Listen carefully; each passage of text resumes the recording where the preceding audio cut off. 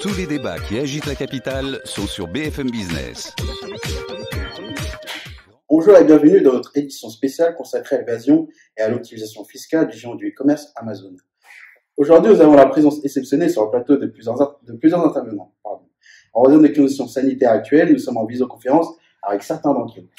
Tout d'abord, je souhaite la bienvenue à la vice-présidente du conseil d'administration et également directrice financière d'Amazon, Madame Elora Ferry. Bonjour. Bonjour.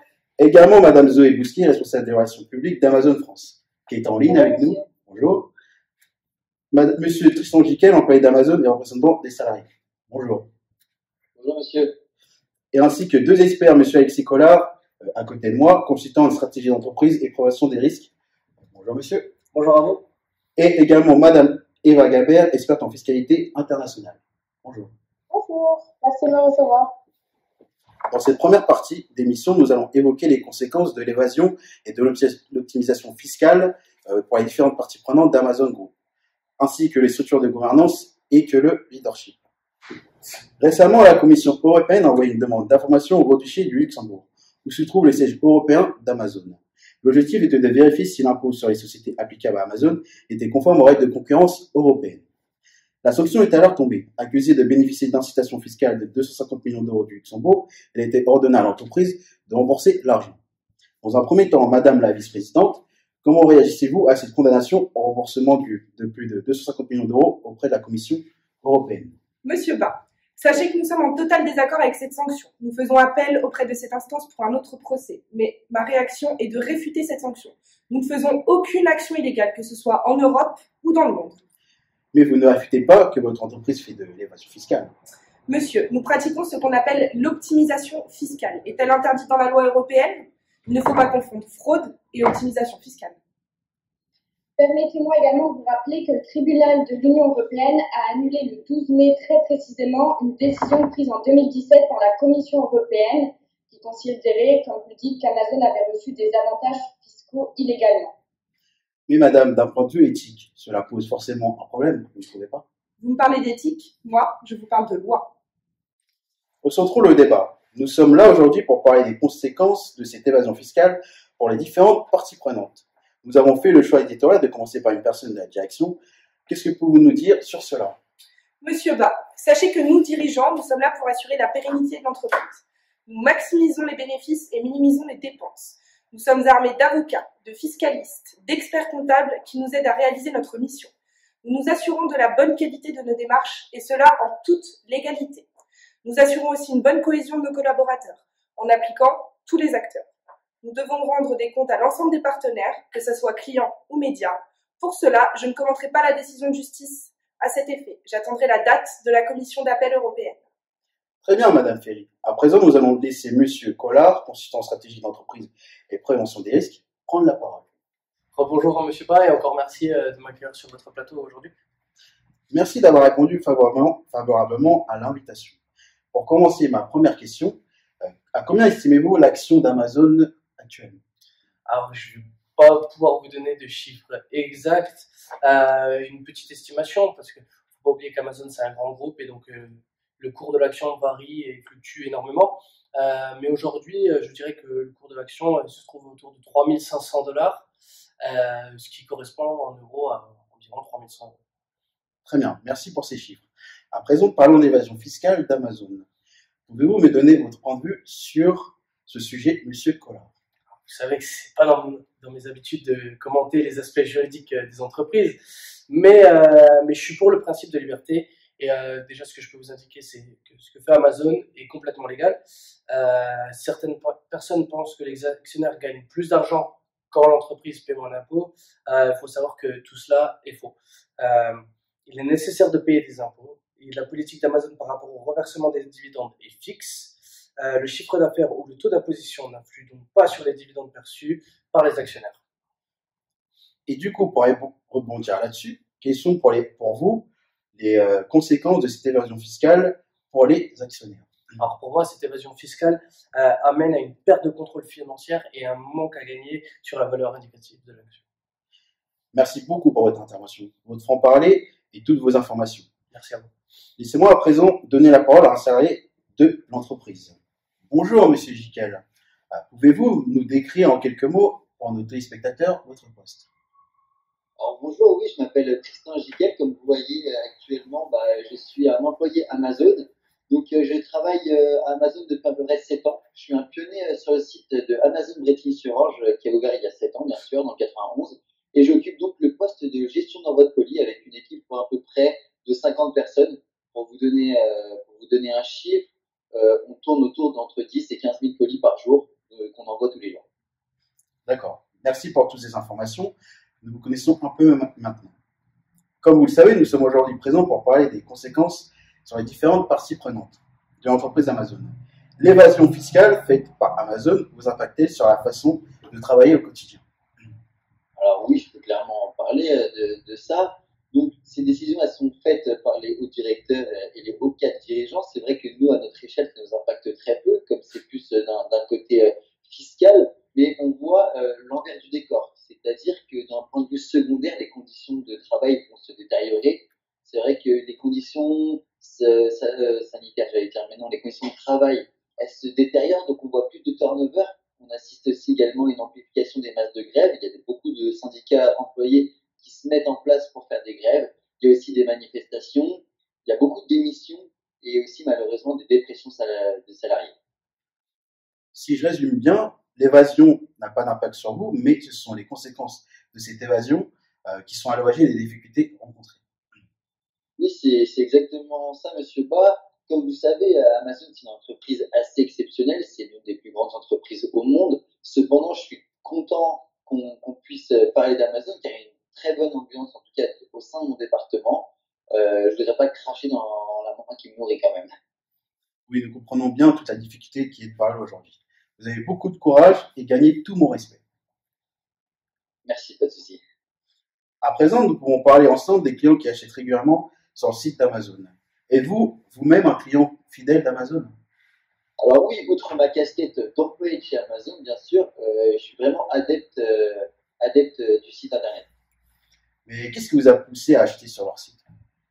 Alors, dans un premier temps, je pense clairement c'est les prix. Les prix sur internet sont devenus beaucoup plus bas qu'avant. On voit qu'il y a une très très grosse différence entre le prix physique en magasin et le prix sur internet. Dans un deuxième temps, avant, c'est vrai que bon, peut-être je suis un peu vieux, mais j'avais peur de mettre ma carte sur internet, j'avais peur de me faire pirater. C'est vrai que maintenant, avec le code et la sécurité qu'on a sur internet, cette peur en tout cas, elle n'y est plus du tout. Et la rapidité de livraison, des livraisons, c'est vrai qu'avant, on pouvait attendre jusqu'à une semaine, voire 10 jours pour recevoir. Maintenant, avec les livraisons, en plus d'Amazon, comme je sais si bien, on peut l'avoir en moins de 24 heures. Et aussi, surtout, c'était pendant la crise sanitaire. Et surtout, pendant la crise sanitaire, c'est bête, mais il y avait que Amazon qui tournait à plein régime. D'accord. À présent, laissez-moi vous parler des conséquences de la fraude fiscale sur les clients d'Amazon. Comment ressentez-vous le fait qu'Amazon ne paye pas d'impôt à la hauteur de ce qu'elle doit? Qu'on rappelle, il est dit qu'Amazon dissimulait près de 57% de son chiffre d'affaires. C'est vrai que d'un point de vue éthique, je peux comprendre que des clients ne veulent plus acheter chez Amazon. C'est des choses qu'il faut prendre en compte quand on achète. Moi, d'un point de vue, en tout cas, simplement client, c'est vrai que par moment, j'ai du mal. Mais bon, il faut prendre conscience des choses. Les clients qui peuvent se sentir trahis vont avoir des démarches légales. Mais il faut comprendre que tout ce que fait Amazon est légal. En tout cas, de ce que je comprends. Merci. Excusez-moi, je veux juste rajouter quelque chose. Je pense aussi qu'Amazon a basé sa notoriété et son image de marque. Il y a de nombreux clients qui vont préférer acheter dans une petite librairie pour soutenir les commerces. Et donc, je peux comprendre tout à fait que les personnes n'achètent moins sur Amazon et privilégient les commerces de quartier. D'accord. Merci pour toutes ces informations pertinentes. Nous allons maintenant aborder un sujet, et non des moindres, comment la structure de gouvernance d'Amazon interagit avec les différents environnements, en particulier concernant les questions fiscales. Je me tourne vers vous, Madame Gabert. Merci, monsieur Watt. Alors, il est vrai que depuis ses débuts, nous savons tous que le numéro 1 de la vente en ligne s'est fait une réputation de champion de l'optimisation fiscale. Alors, un savant montage financier lui a permis de se soustraire au fisc français, anglais, allemand, espagnol, italien, et etc. les 3/4 des bénéfices de ses ventes réalisées en Europe. Madame Gabert, je tiens à vous préciser qu'en 2019, la contribution totale d'Amazon à la fiscalité française était de 420 millions d'euros, soit une contribution fiscale totale avec les charges patronales, les impôts locaux, mais aussi les taxes diverses et les impôts sur les bénéfices. Certes, mais nous avons mis en place un rapport confidentiel de votre direction en 2018 qui vous avez engagé plus de 3 milliards d'euros à votre succursale française, n'a payé que 2,5 millions sur les bénéfices nets, à peine 0,1% de votre chiffre d'affaires. En France, vous continuez à facturer les 3/4 de vos services de notre pays, comme si cela ne suffisait pas. Votre filiale française payait des sommes colossales pour essayer la marque détenue sur des filiales luxembourgeoises. J'entends vos arguments et vos préoccupations, Monsieur Schickel, et suite à une enquête de la Commission européenne, nous avons jugé utile de remettre un peu d'ordre dans nos affaires. Pour ma part, je me suis moi-même engagée dans une tournée des médias pour faire valoir nos nouvelles mesures en interne. Alors, si je peux me permettre, Monsieur Schickel, il n'y a là rien de surprenant ni d'illégal, puisque la quasi-totalité de la marge commerciale a servi à payer de nébuleux services extérieurs, comme on dit. Qu'est-ce que c'est, services extérieurs, qui absorbe presque 950 millions sur 1 milliard d'euros? Alors en fait, ce sont notamment les brevets, les licences et tous les éléments qui sont valorisés par les sociétés mères. Donc en France, comme dans les autres pays européens, pour exploiter la marque Amazon, la succursale paye une redevance à sa maison mère située au Luxembourg. En fait, l'astuce, c'est que le montant de ces droits d'utilisation est particulièrement élevé. Donc, il couvre quasiment la totalité des bénéfices qui échappent ainsi à l'impôt en France. Certes, il n'y a rien de surprenant, Mme Gabert, je comprends bien, mais vous trouvez ça normal d'un point de vue en tant que représentation des salariés? Je tiens à vous faire part de nos exigences. Sur le plan fiscal, j'aimerais, ou nous souhaitons même, que la transparence sur les flux financiers, les relations entre la filiale et le groupe fait sa justice par les impôts. Nous sommes également de la transparence des enjeux et des risques de nos activités, en matière d'environnement ou bien même de droits humains, ainsi que les politiques mises en place pour y faire face.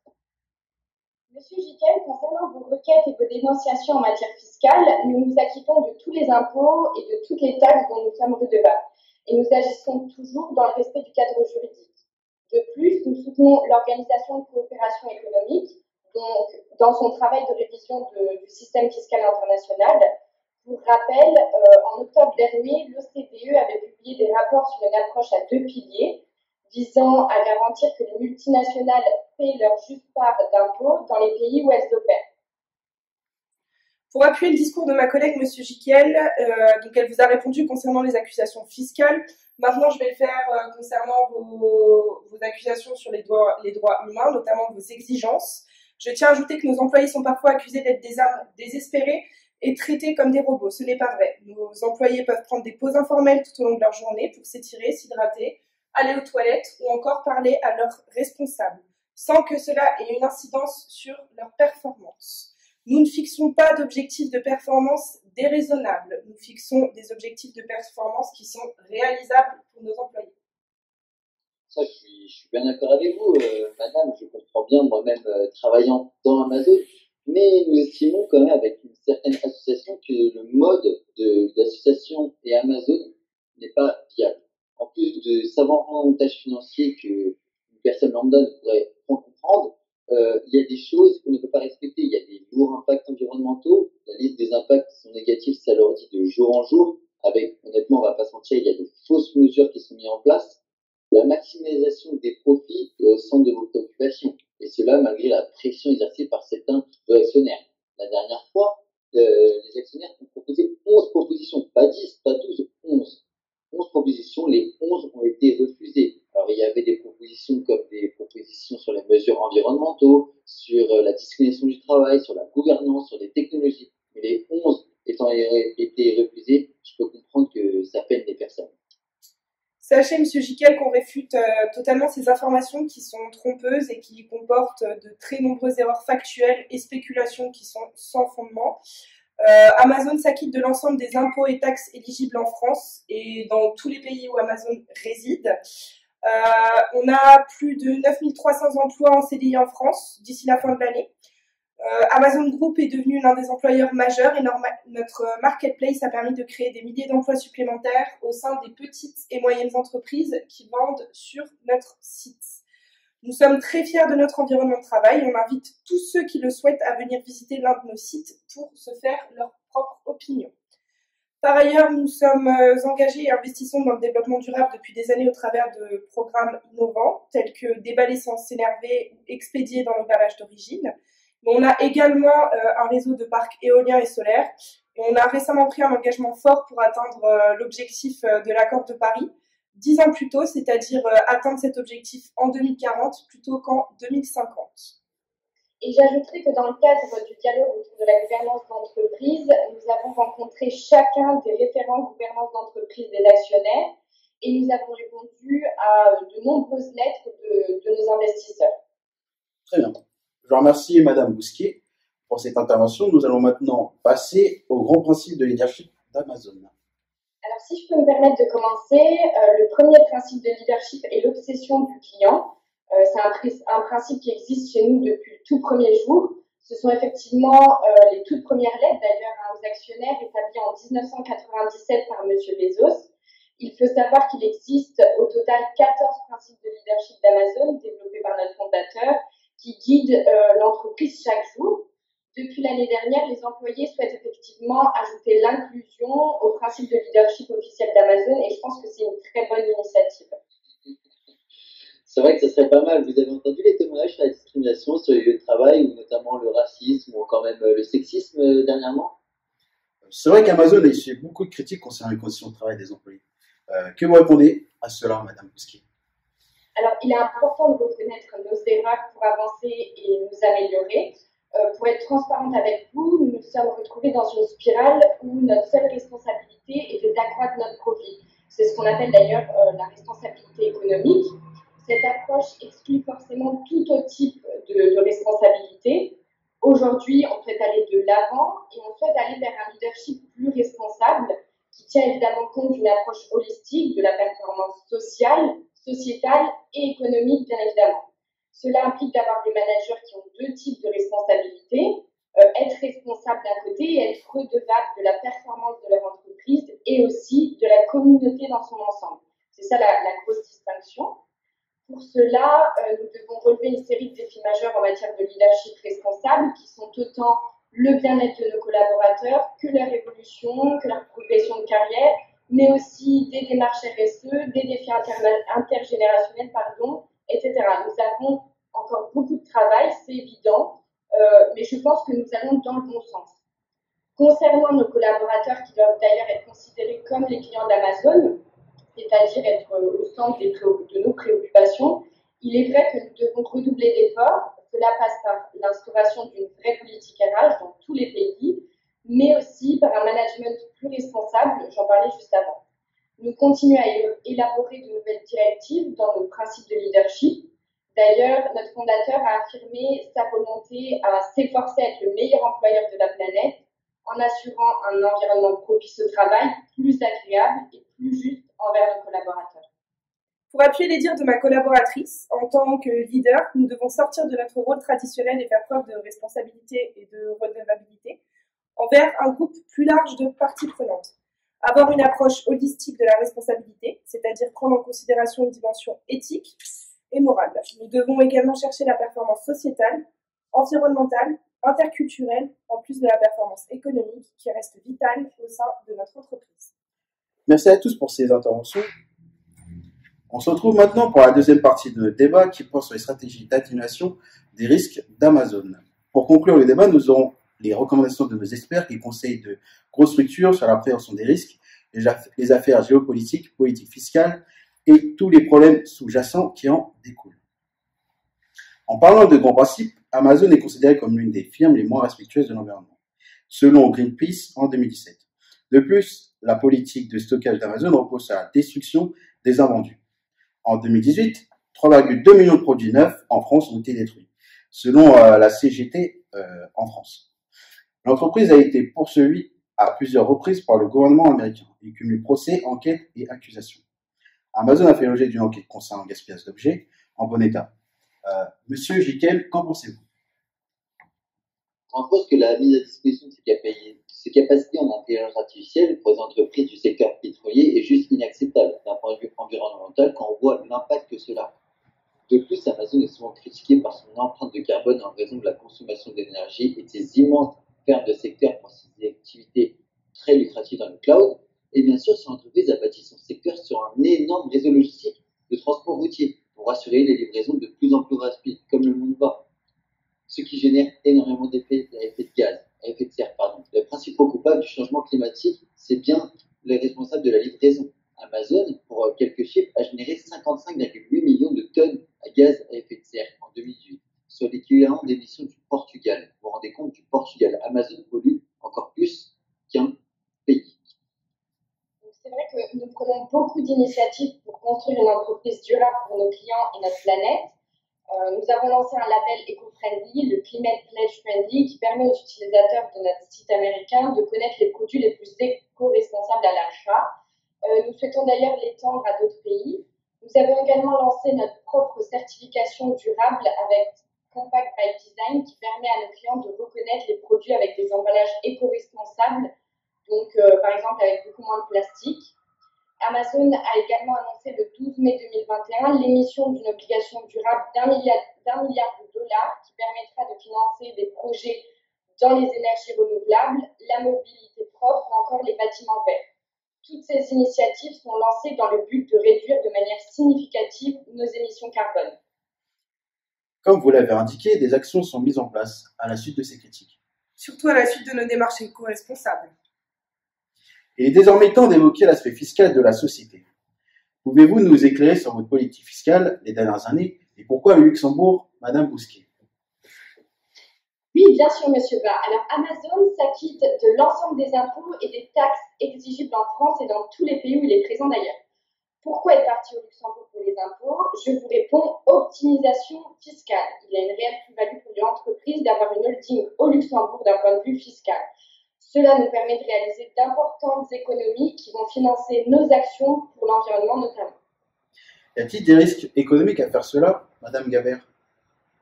Alors oui, l'évasion fiscale fait perdre 184 milliards d'euros chaque année à l'Europe, ce qui est quand même considérable.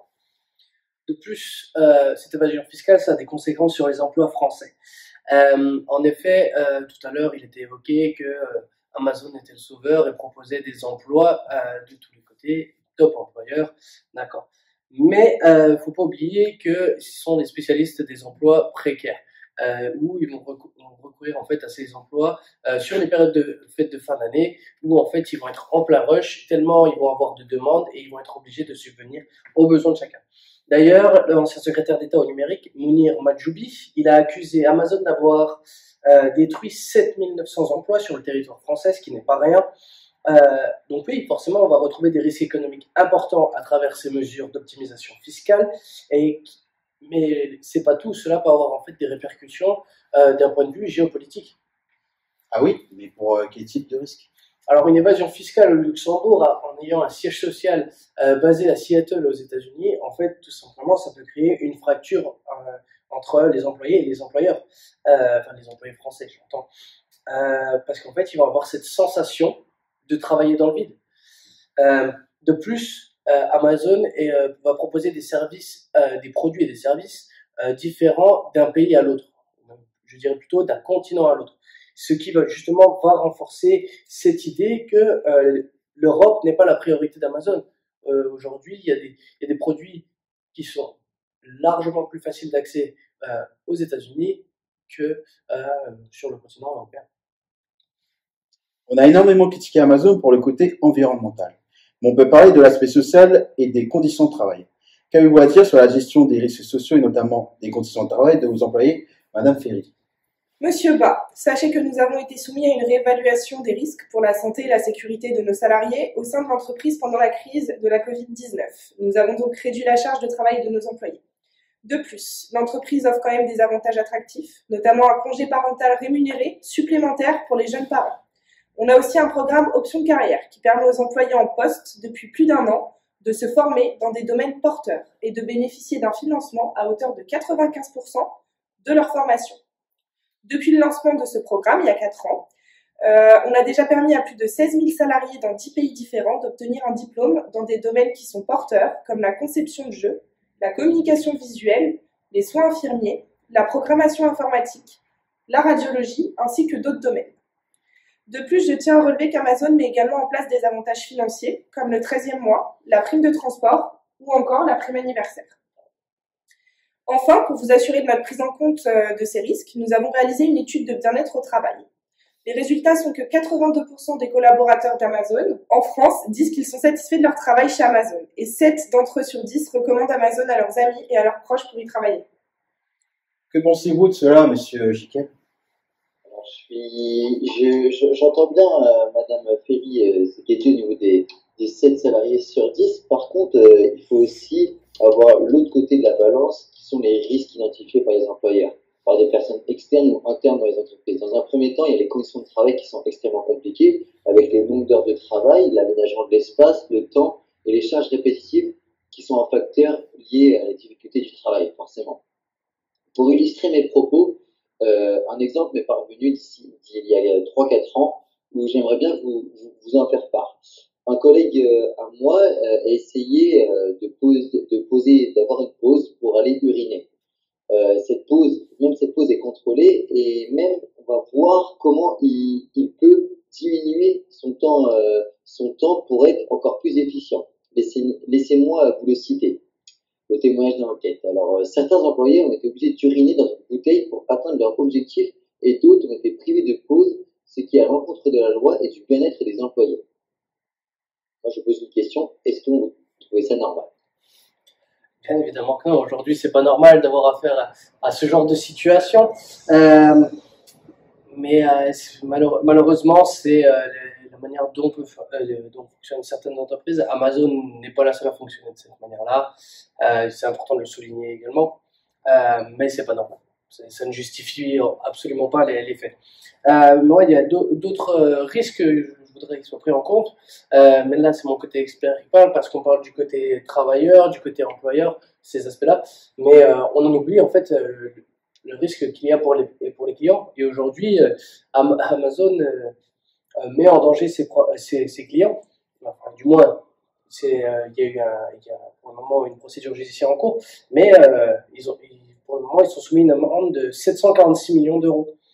C'est la sanction la plus importante jamais affligée par une CNIL européenne. Et ce qui est d'autant plus surprenant, c'est que c'est un champion du numérique. Donc en fait, la RGPD, enfin, toutes les données des clients, c'est primordial. Donc la Commission nationale, je cite, pour la protection des données, luxembourgeoise, lui reproche de ne pas avoir respecté le règlement général de la protection des données. Et en fait, il s'agit du texte européen de référence protégeant les données à caractère personnel. Donc, je vous rappelle, Monsieur Collard, que le groupe Amazon a fait appel de cette décision qui date de juillet 2021. Nous sommes donc toujours en procédure et donc présumés innocents pour ces faits. Certes, mais il s'agit quand même de facteurs relativement importants à prendre en compte tout de même. Ce sont des risques sociaux, c'est des risques pour les clients comme pour les employés.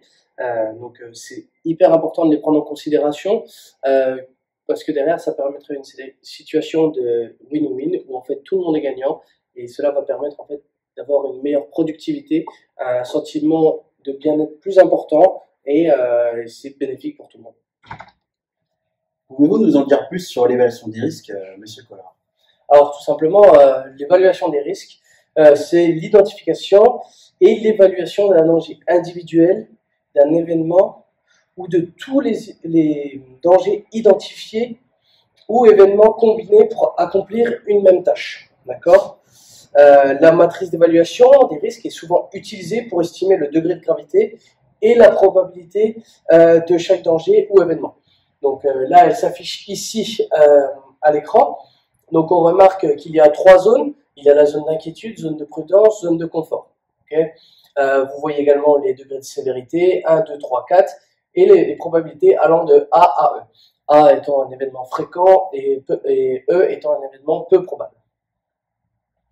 Donc, on remarque en fait les zones de confort apparaissent principalement sur en fait des degrés de sévérité relativement faibles et sur en fait la fréquence de l'événement. Donc, on est quand même sur la zone de confort, on va de probable à fréquent, mais sur la zone fréquente, c'est plus sur un degré négligeable. Donc ça va plus être, par exemple, je sais pas, un souci de GPS ou autre. Ça va être vraiment une erreur évitable, mais pas qui n'aura pas d'impact sur le reste, ou du moins très faible. Ensuite, sur la zone de fréquent à catastrophique, on voit qu'on est sur une zone d'inquiétude. C'est parce que, par exemple, l'événement va être terrible pour la production, pour le bon déroulement, l'approvisionnement, ce genre de choses, et c'est quelque chose de récurrent. Par exemple, ça va être une machine mal réglée, ou ce genre de choses, si par exemple c'est pas traité et que ça apparaît de manière fréquente, ça va être catastrophique puisque ça va retarder toute la chaîne d'approvisionnement. Donc voilà. Aujourd'hui, Amazon fait face donc du coup à une amende liée aux données de RGPD. Ça n'a pas d'impact direct sur la production, mais ça a un impact sur la relation client, puisque les données du client sont perdues. Donc là, on va être sur une situation, en fait, on va être dans une zone de prudence, puisque c'est quelque chose qui va se produire de manière complètement rare, mais qui a une sévérité catastrophique. Donc on va apparaître dans ce petit, sur le haut de ce petit rectangle pour cette affaire-là. Ensuite, si on découle un peu plus vers la droite, on peut essayer de mentionner le problème qui s'est passé avec les employés qui ont été forcés d'uriner dans des bouteilles ou qui n'ont pas pu prendre leur pause. En connaissant les conditions de travail de Amazon, on va partir plus sur quelque chose, on va aller un petit peu sur la droite, sur une situation probable, critique. C'est-à-dire que c'est quand même relativement grave ce qui s'est passé, mais ça n'a pas de réel impact direct sur l'entreprise, mais c'est quelque chose à solutionner très rapidement. Voilà. Merci M. Collard pour cette explication à travers cette matrice. Je pense que c'est plus le cas pour nos téléspectateurs.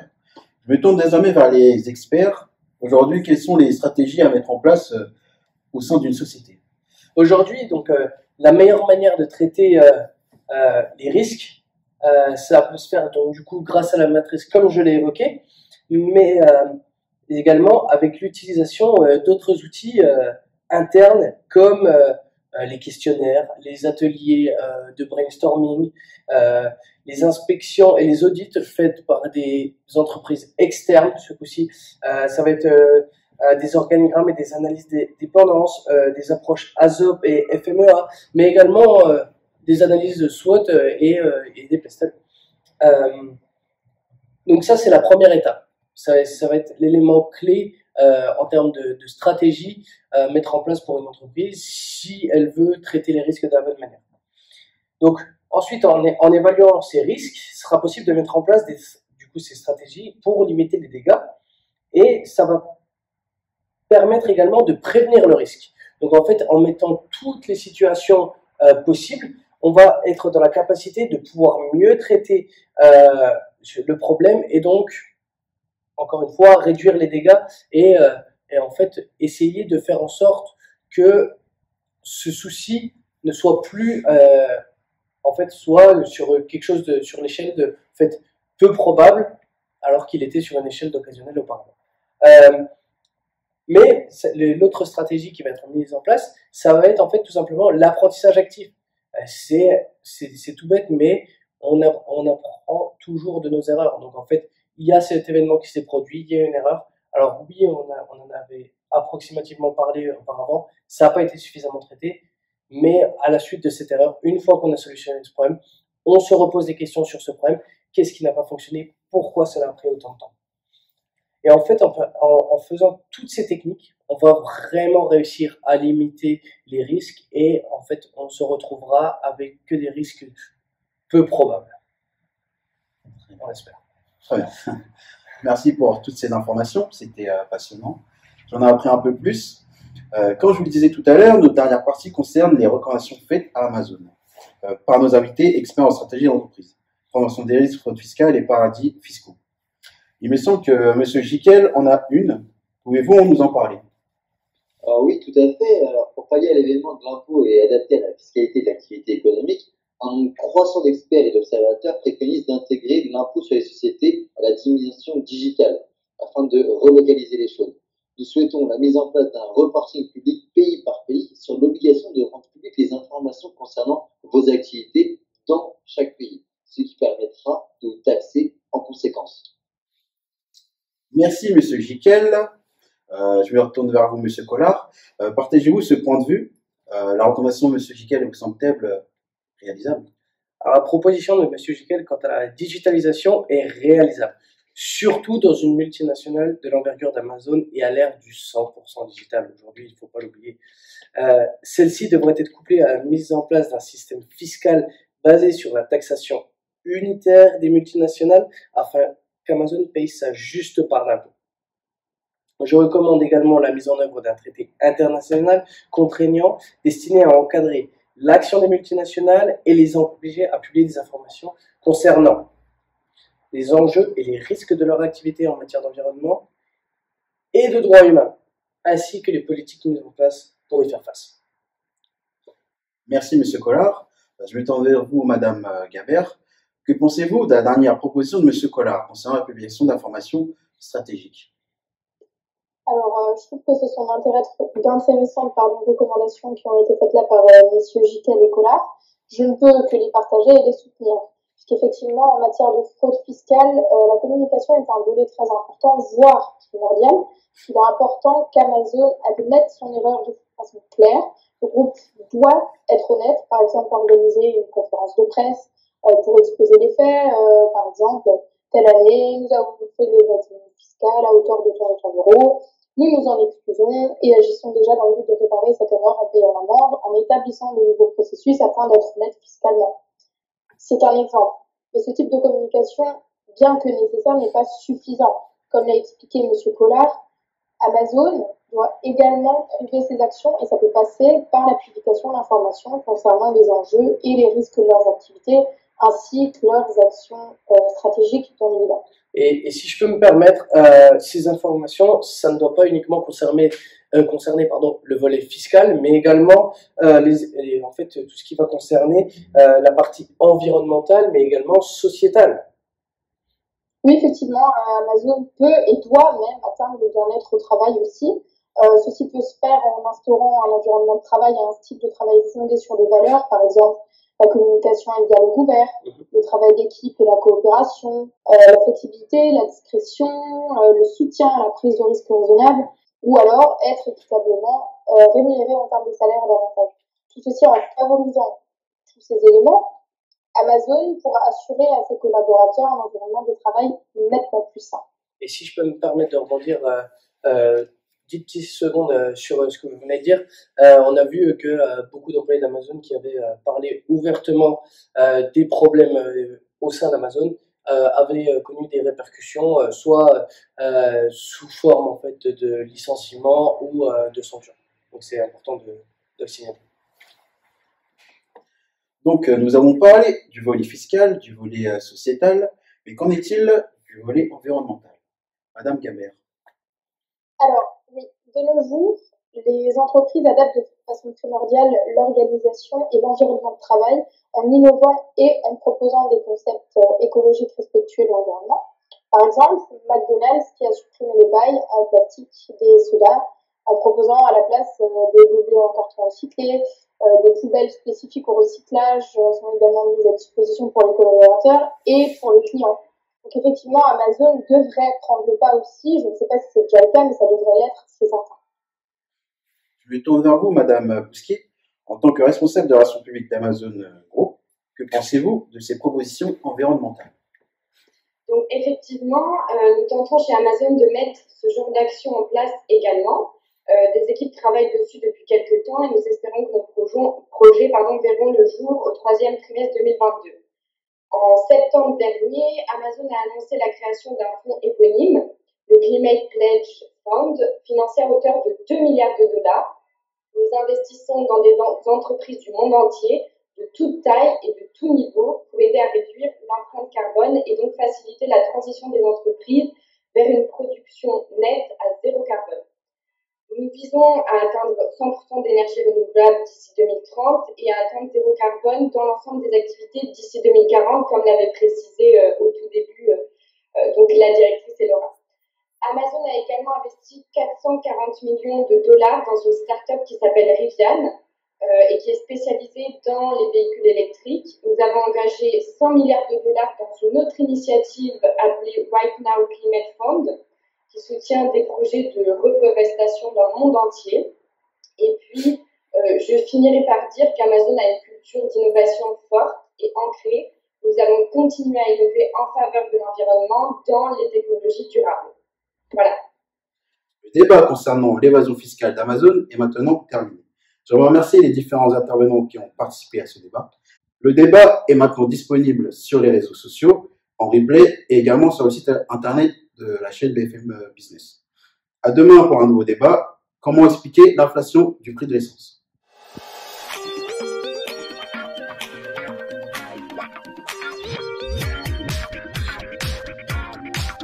Tous les débats qui agitent la capitale sont sur BFM Business.